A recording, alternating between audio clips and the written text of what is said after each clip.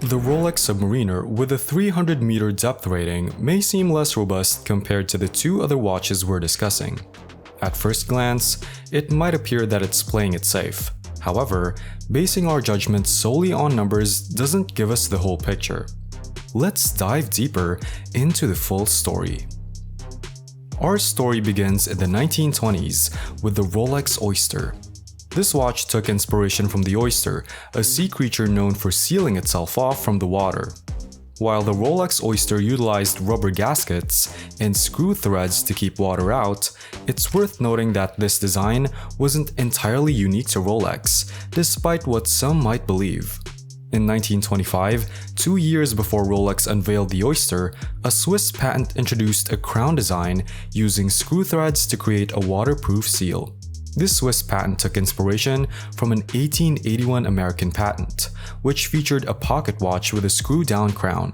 Interestingly, the American design had borrowed the concept from an 1872 patent, demonstrating how screw threads could effectively seal a watch case from water.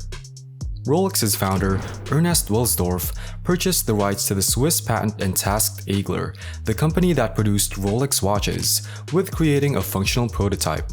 The initial attempt succeeded partially, but faced a setback. When the mainspring was fully wound, the crown would stop turning, preventing it from being screwed down. To address this, a new patent emerged in 1881, introducing a crown clutch that allowed the crown to keep turning regardless of the mainspring status. The pursuit of the ultimate waterproof watch continued, with another challenge to tackle. Screw-down crowns on hand-wound watches wore out quickly due to repeated sealing and unsealing. The breakthrough came with a perpetual movement, incorporating a winding rotor that eliminated the need to unscrew the crown. With all the components in place, Rolex introduced the Submariner in 1953. While initially rated for just 100 meters, it marked a groundbreaking achievement for commercially available watches and launched the era of deep-sea exploration. In 1953, Rolex's Submariner took the Swiss watch industry by surprise, leaving established brands like Omega in the dust. Omega, renowned for its traditional approach, was not prepared for a rugged, practical watch designed for real-world activities like the Submariner. Rolex, despite being relatively new to the industry, had already challenged the dominance of traditional pocket watches. The Submariner marked a turning point that likely irked the old guard. Omega responded with 3 flagship watches, the Seamaster 300, the Railmaster, and the Speedmaster, in a quest to conquer the world of professional divers. The competition was fierce, with both brands striving to create a watch capable of surviving a record-breaking 600-meter dive. Rolex applied the work smart, not hard approach, optimizing existing innovations. Omega, on the other hand, embarked on an ambitious project to create a mega dive watch from the ground up, rewriting the wristwatch rulebook. Omega went all out with their professional diver watch, creating a masterpiece with innovative features. They introduced a bezel locked in place with a pusher, a secure crown, and a monoblock case, exceeding requirements. It was known as the Plunger Professor, outclassing Rolex's Submariner. Rolex took a more straightforward route, enhancing the Submariner with a thicker caseback, crystal, and a valve, creating the Sea Dweller ahead of the deep sea. However, Rolex had already tested the concept a decade earlier. The Deep Sea Special, developed in 1960, showcased superior performance. With a 54mm thickness, it had a thicker case, crown, bezel, caseback, and crystal. Rolex retained the original 1927 Oyster's principle of using screw threads in crucial parts, creating an unbreakable bond. The watch was designed to withstand the extreme depth of the Mariana Trench, which is nearly 7 miles deep, enough to submerge Mount Everest with a mile to spare.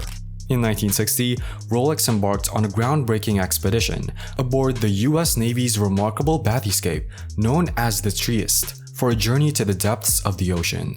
This daring descent into the abyss was a testament to Rolex's unwavering commitment to pushing the boundaries of watchmaking. Astonishingly, despite confronting the immense pressure that dwells in the deep-sea trenches, both the Rolex watch and the Trieste resurfaced unscathed. This momentous achievement marked one of the final thrilling adventures of Rolex's visionary founder, Hans Wilsdorf, just months before his passing. Thrilled by the success of their underwater exploration, Rolex embarked on a journey of watchmaking innovation. In 2008, they introduced the Sea Dweller Deep Sea, a timepiece that defied conventions by pushing the size boundaries with its 44mm case. Yet, it was this audacious design that enabled it to offer an astonishing water resistance of 3,900 meters, outclassing its predecessor, the Sea Dweller, by an impressive 2,680 meters. This extraordinary feat was achieved through a combination of a 5.5mm crystal, a titanium caseback, and the ingenious patented ring lock system, which introduced an additional case layer within the watch's main structure. The presence of this inner ring lock case, nestled between the outer case and the dial, is a testament to Rolex's unwavering dedication to creating watches that can withstand the harshest of environments. In the memorable year of 2012, Rolex garnered worldwide attention and admiration when they unveiled the remarkable Deep Sea Challenge, an exquisite timepiece that took the legacy of the Deep Sea watch to even greater depths. Quite literally. This exceptional wristwatch was not just a testament of engineering brilliance, but a testament to human innovation and a symbol of man's indomitable spirit. At the heart of the Deep Sea Challenge's unparalleled capabilities was its robust ring lock system, a feat of horological engineering that fortified the watch against the crushing pressure of the abyss. This timepiece was no ordinary accessory, it was a triumph of human ingenuity designed to withstand astonishing depths that reached a mind-boggling 12,000 meters below the ocean surface.